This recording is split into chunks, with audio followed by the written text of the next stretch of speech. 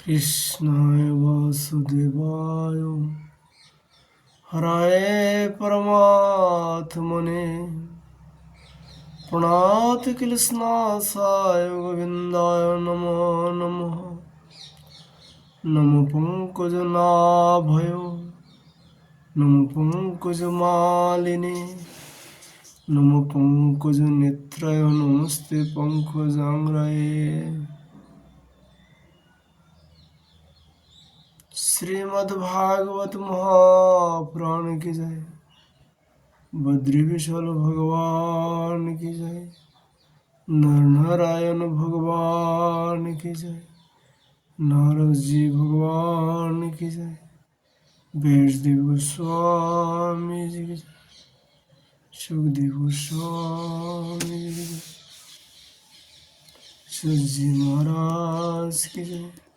शौनकादि ऋषि की जय। सदा बिंद की जय।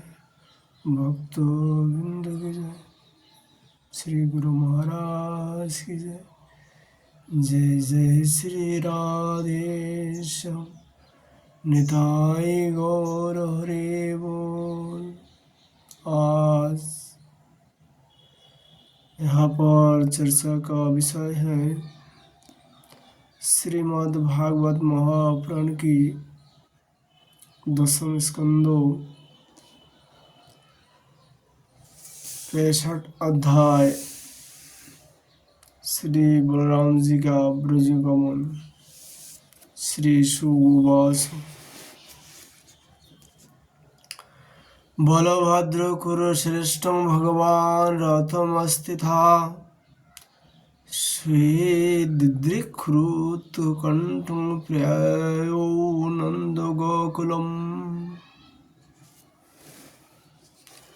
सुखदेव गोस्वामी जी कहते परीक्षित, भगवान बलराम जी के वन में ब्रज की भगवान बलराम जी के मन में ब्रज की नंद बाबा आदि सजोन संबंधियों से मिलने की बड़ी इच्छा और उत्कंठा थी। अब वे रथ पर सवार होकर द्वारका से नंद बाबा के ब्रज में आए। इधर उनके लिए ब्रजवासी गोप और गोपियां भी बहुत दिन से उत्कंठित थी। उनने अपने बीच में पाकर सबने बड़े प्रेम से गले लगाया। बलराम जी ने माता जसोदा और नंद बाबा को प्रणाम किया। उन लोगों ने भी आशीर्वाद देकर उनका अभिनंदन किया। यह कहकर कि बलराम जी, तुम जगदीश्वर हो, अपने छोटे भाई श्री कृष्ण को साथ सर्वदा हमारी रक्षा करते हो। उनको गोद में ले लिया और अपने प्रेम अश्रु से उन्हें भिगो दिया। इसके बाद बड़े बड़े गोपों को बलराम जी ने और छोटे छोटे गोपों ने बलराम जी को नमस्कार किया।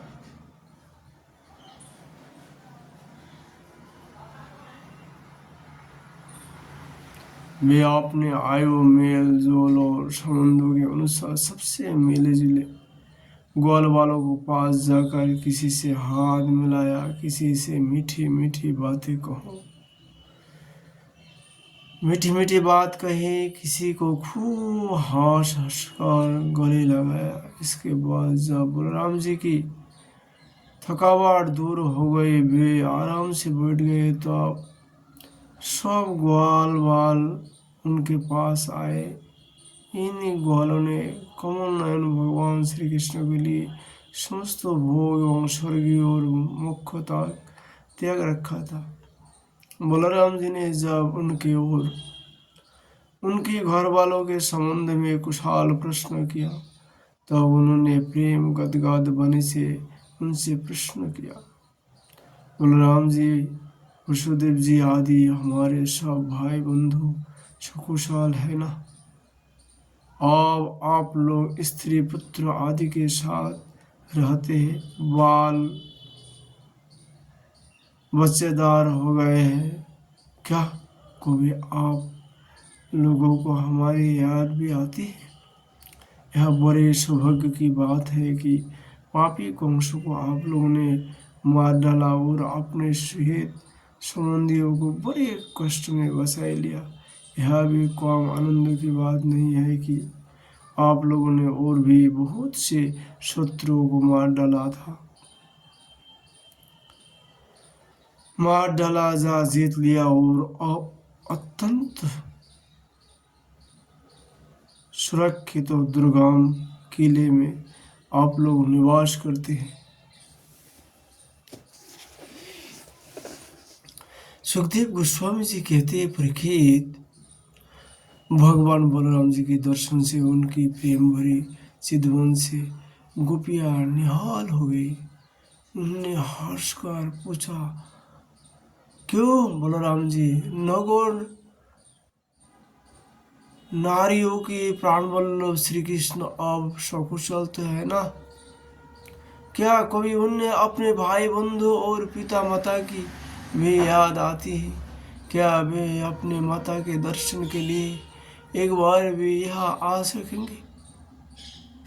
क्या माँ बाप श्री कृष्ण कभी हम लोगों की सेवा का भी कुछ स्मरण करते हैं? आप जानते हैं कि स्वजन संबंधियों को छोड़ना बहुत ही कठिन है, फिर भी हमने उनके लिए माँ बाप भाई बंधु पति पुत्र और बहन बेटियों को भी छोड़ दिया। परंतु प्रभु, वे बात की बात में हमारी सौहार्द और प्रेम का बंधन काटकर हमसे नाता तोड़कर परदेश चले गए। हम लोगों को बिल्कुल ही छोड़ दिया। हम चाहती तो उनने रोक ली थी, परंतु जब वे कहते कि हम तुम्हारे ऋणी हैं, तुम्हारे उपकार का बदला कभी नहीं चुका सकते, तब ऐसे कौन सी स्थिति है जो उनकी मीठी मीठी बात पर विश्वास ना कर ली थी। एक गोपी ने कहा, बलराम जी, हम तो गांव की गवार ग्वालिनी ठहरी उनकी बातों में आ गई, परंतु नगर की स्त्रियां तो बड़े चतुर होती है, भला वे चंचल और कृतज्ञ हो, श्री कृष्ण की बातों में क्यों फंसने लगी? उन्होंने तो वे नहीं छका पाते होंगे। दूसरी गोपी ने कहा, नहीं सकी, श्री कृष्ण बातें बनाने में तो एक ही है, वैसे रंग बिरंग की मीठी मीठी बातें गढ़ते हैं कि क्या कहना। उनकी सुंदर मुस्कुराहट और प्रेम भरे चितवन से नगो नरिया भी प्रेम आवेश से व्याकुल हो जाती होगी और वे अवश्य ही उनकी बात में आकर आपने को निछावर कर देती होगी। तीसरी गोपी ने कहा, और ये गोपियाँ, हम लोगों को उसकी बात से क्या मतलब है? यदि समय ही काटना है तो कोई दूसरी बात करो। यदि उस निष्ठुर का समय हमारे बिना बीत जाता है तो हमारा भी उसकी तरह भले ही दुख से क्या ना हो, कट ही जाएगा। अब गोपियों के भाव नृत्य के सामने भगवान श्री कृष्ण की हंसी प्रेम भरी बातें चारों सिद्धवान अनूठी चाल और प्रेम अलिंगन आदि मूर्तिमान होकर नचने लगे। वे उन बातों की मधुर स्मृति में तन्मय होकर रोने लगी।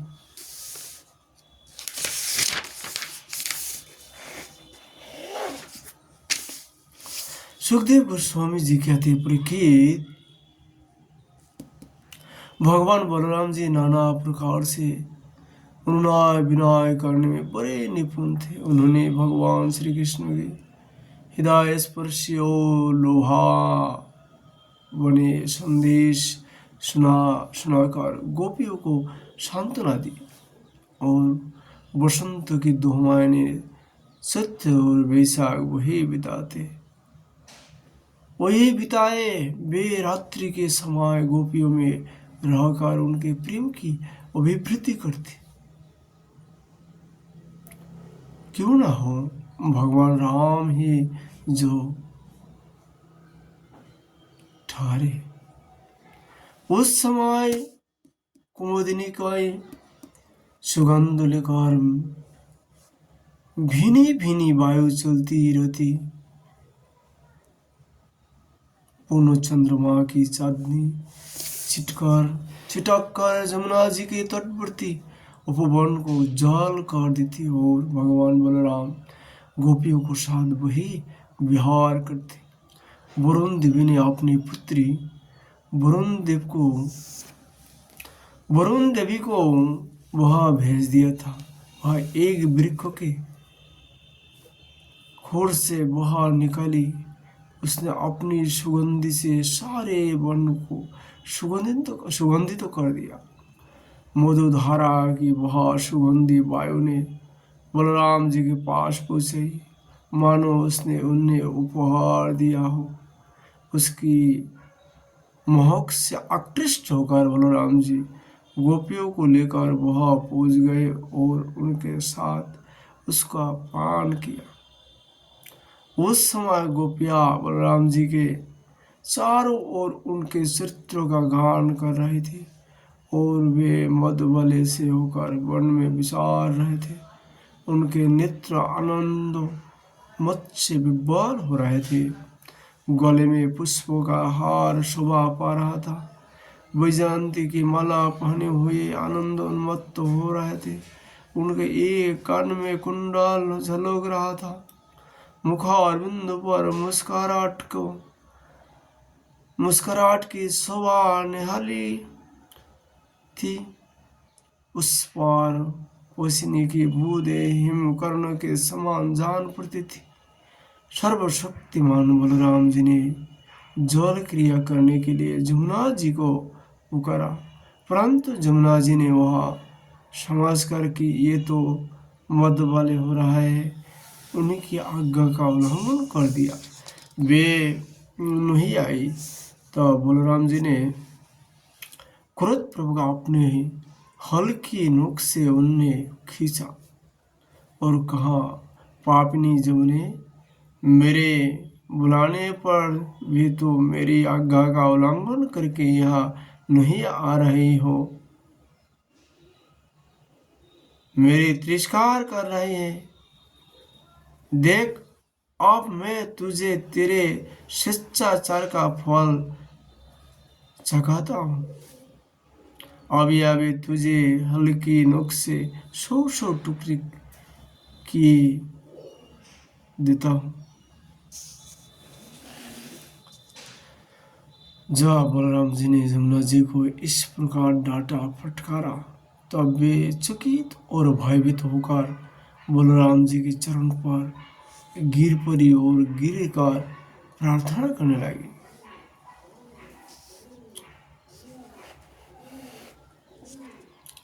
राम राम महाबाहो न जाने तब विक्रमम, जस्य कांसेन विधृता जगवती जगतपति।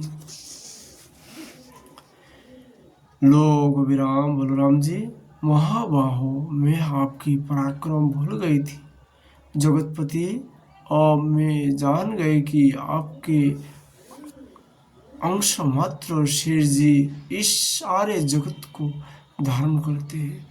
भगवान, आप परम औषध्यशाली है। आपके वास्तविक स्वरूप को न जानने के कारण ही मुझसे यह अपराध बन गया है। सर्व भक्त वत्सल में आपकी शरण में हूँ। आप मेरे बोल चूक क्षमा कीजिए, मुझे छोड़ दीजिए। आप जमुना जी की प्रार्थना स्वीकार करके भगवान बलराम जी ने उन्हें क्षमा कर दिया और फिर जैसे गजराज हाथिनियों के साथ क्रिया करता है वैसे ही वे गोपियों को साथ जल क्रिया करने लगे। जब वे यथेष्ट जल विहार करके जमुना जी से बाहर निकाले तब लक्ष्मी जी ने उन्हें नीलांबर बहुमूल्य आभूषण और सोने का सुंदर हार दिया। बलराम जी ने नीले वस्त्र पहन लिए और सोने की माला गले में डाल ली। वे अंगराग लगाकर सुंदर भूषणों से विभूषित होकर इस प्रकार शोभायमान हुए मन इंद्र का चित्त भरनो ऐरावत हाथी हो। सुखदेव गोस्वामी जी कहते हैं, परीक्षित, जमुना जी ने अब भी बलराम जी के खिसी हुए मार्गों से बहती है और वे वैसे जान पड़ती है मानो अनंत शक्ति भगवान बलराम जी का जौज गान कर रहे हो। बलराम जी का चित्त ब्रजवासिनी गोपियों के मधज्ज से इस प्रकार मुग्ध हो गया कि उनने समय का कुछ ध्यान ही ना रहा। बहुत सी स्त्रियां एक रात के समान व्यतीत हो गई। इस प्रकार बलराम जी ब्रज में विहार करते रहे। आज हम लोग श्रीमद् भागवत जी का